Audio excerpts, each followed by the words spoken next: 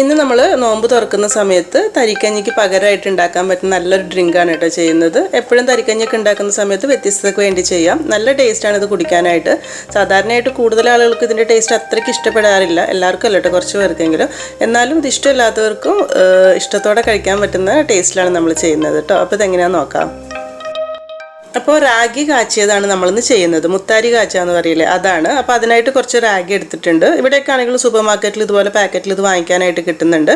അപ്പോൾ ഒരു 3 ആൾക്കൊക്കെ സെർവ് ചെയ്യാനുള്ള ഒരു 3 ഗ്ലാസ്സിലേക്കാണെങ്കിൽ ഇതുപോലൊരു കൈപ്പിടി മതിയാവും കേട്ടോ. അതായത് നമ്മൾ ഒരുപാട് കുറുക്കിയെടുക്കുന്ന രീതിയിലല്ല, കട്ടിയില്ലാത്ത നല്ലൊരു ഡ്രിങ്ക് ആയിട്ടാണ് ചെയ്യുന്നത്. അപ്പം ഈ ഒരു അളവിൽ മതി. ഇത് ആദ്യം ഒന്ന് നന്നായിട്ട് കഴുകി വൃത്തിയാക്കണം. ഒരു 2-3 തവണയെങ്കിൽ നന്നായിട്ട് കഴുകി എടുക്കണം കേട്ടോ, റാഗി ആയതുകൊണ്ട്. എന്നിട്ട് ഒരു 1-2 മണിക്കൂർ കുതിർക്കാനായിട്ട് വെക്കുക. അതിനുശേഷം മിക്സിയിലിട്ട് അരച്ച് ഇതിൻ്റെ പാലെടുത്തിട്ടാണ് റെഡിയാക്കുന്നത്. അപ്പോൾ ഇതൊന്ന് കുതിരാനായിട്ട് വെക്കാം.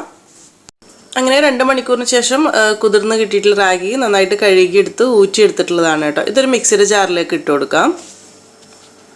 ഇത് അരച്ചെടുക്കുന്ന സമയത്ത് കുറച്ചൊരു വെള്ളവും കൂടെ ചേർത്തിട്ട് നന്നായിട്ടൊന്ന് അരച്ചെടുക്കാം. അരച്ചെടുത്തിട്ടുള്ളത് ഒരു അരിപ്പയിലൂടെ ഒന്ന് അരിച്ചൊഴിക്കണം. കൈകൊണ്ട് തന്നെ ഒന്നങ്ങ് പ്രസ് ചെയ്ത് പിഴിഞ്ഞെടുത്തിട്ട് അതിലുള്ള പാല് മൊത്തത്തിൽ എടുക്കുക. വേണമെന്നുണ്ടെങ്കിൽ ഒരു തുണിയിലൂടെ അരിച്ചെടുക്കുകയാണെങ്കിൽ കുറച്ചുകൂടെ എളുപ്പമായിരിക്കും. ഇത് അരച്ചിട്ടുണ്ടായിരുന്ന മിക്സിയുടെ ജാറിലേക്ക് ഒരു 1/4 കപ്പ് വെള്ളവും കൂടെ ചേർത്തിട്ട് ഒന്നുകൂടെ മിക്സാക്കി ഒഴിച്ച് ഉള്ള പാല് മൊത്തത്തിൽ അങ്ങ് അരിച്ചെടുക്കാം.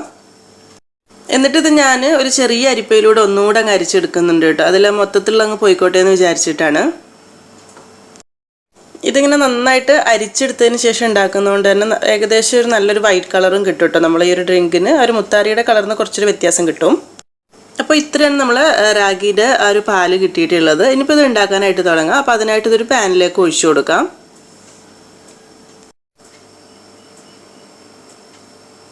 ഇനി ഈ ഒരു ഗ്ലാസ് അളവിലാണ് വെള്ളം ഒഴിച്ചു കൊടുക്കുന്നത്. ഈ ഗ്ലാസ് എന്ന് പറയുമ്പോൾ ഏകദേശം ഒരു 3/4 കപ്പ് വെള്ളമൊക്കെ കൊള്ളൂട്ട്. 250 ml കപ്പിൽ ഒരു 3/4 കപ്പ് വെള്ളമാണ് ഈ ഒരു ഗ്ലാസ്സിൽ കൊള്ളുക. അപ്പോൾ ഒരു 3-3.5 ഗ്ലാസ് വരെ ഒഴിച്ചു കൊടുക്കാം നമുക്ക്. ഏകദേശം ഒരു 3 ആൾക്ക് അല്ലെങ്കിൽ 3.5 ഗ്ലാസ് സെർവ് ചെയ്യാനായിട്ട് കിട്ടും. എന്നിട്ട് ഇതേ ഗ്ലാസ്സിൽ തന്നെ ഒരു ഗ്ലാസ് പാലും ചേർത്ത് കൊടുക്കുന്നുണ്ട്. പശുവും പാല്, ഫ്രഷ് ആയിട്ടുള്ള നല്ല പാലാണ് ചേർത്ത് കൊടുക്കുന്നത്. പിന്നെ വേണമെന്നുണ്ടെങ്കിൽ ഒരു ചെറിയ പട്ടയുടെ പീസ് ഇട്ട് കൊടുക്കുക കേട്ടോ. നമ്മൾ ഗരം മസാലയിലൊക്കെ ഉള്ള പട്ട ഉണ്ടല്ലോ, നമ്മൾ മുൻപത്തെ പാലൂതയിലൊക്കെ ചെയ്ത പോലെ ആ ഒരു ഫ്ലേവർ നല്ല ടേസ്റ്റ് ആയിരിക്കും. വേണമെങ്കിൽ അതൊരു ചെറിയ പീസ് കൂടെ ഇട്ട് കൊടുക്കാം. ഇനി ഇതിലേക്ക് മധുരത്തിന് ആവശ്യമായിട്ട് ഒരു 4-5 ടേബിൾ സ്പൂൺ പഞ്ചസാര, അതുപോലെ തന്നെ ഒരു 1/4 ടീസ്പൂൺ ഉപ്പ് കൂടെ ഇട്ട് കൊടുക്കുക കേട്ടോ. ഉപ്പ് നോക്കിയിട്ട് മതി, ടേസ്റ്റ് ജസ്റ്റ് ഒന്ന് മിക്സ് ചെയ്ത് നോക്കുക. ഒരു മധുരമൊക്കെ ഒന്ന് ബാലൻസ് ആയി കിട്ടാനാണ്. അതുപോലെ തന്നെ പഞ്ചസാരയുടെ അളവും നോക്കിയിട്ട് ആവശ്യത്തിനുള്ളത് ഇട്ട് കൊടുക്കുക. ഇനി ഗ്യാസ് ഓൺ ചെയ്തിട്ട് ഇത് നന്നായിട്ട് തിളപ്പിച്ചെടുക്കുകയാണ് വേണ്ടത്.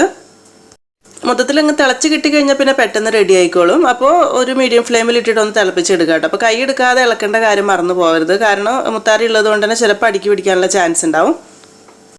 ഒരു 2-3 മിനിറ്റ് ഇതുപോലെ നന്നായിട്ട് തിളച്ച് കഴിഞ്ഞാൽ തന്നെ ആ റാഗിയുടെ ഒരു പച്ചച്ചൊവയൊക്കെ മാറി വെന്തൊരു ടേസ്റ്റ് വന്നിട്ടുണ്ടാവും. എന്നാലും നമുക്ക് ആ കുടിക്കാനുള്ളൊരു പാകം കുറുകലുണ്ടല്ലോ, ആ ഒരു രീതിയിലാവുന്ന വരെ ഒന്നങ്ങ് തിളപ്പിച്ചെടുക്കണം. ഒരു 5-6 മിനിറ്റ് ഒന്നും വേണ്ടി വരില്ല. അതിന് മുമ്പ് തന്നെ ആവശ്യത്തിനായി കിട്ടിട്ടോ. തീക്കനുസരിച്ചിട്ട് ഈ ഒരു രീതിയിലുള്ള കുറുകൽ കറക്റ്റാണ്. ലാസ്റ്റ് ഗ്യാസ് ഒന്ന് കൂട്ടി വെച്ചിട്ട് ഇതുപോലെ നന്നായിട്ടൊന്ന് തിളപ്പിച്ചതിന് ശേഷം ഗ്യാസ് ഓഫ് ചെയ്താൽ മതി.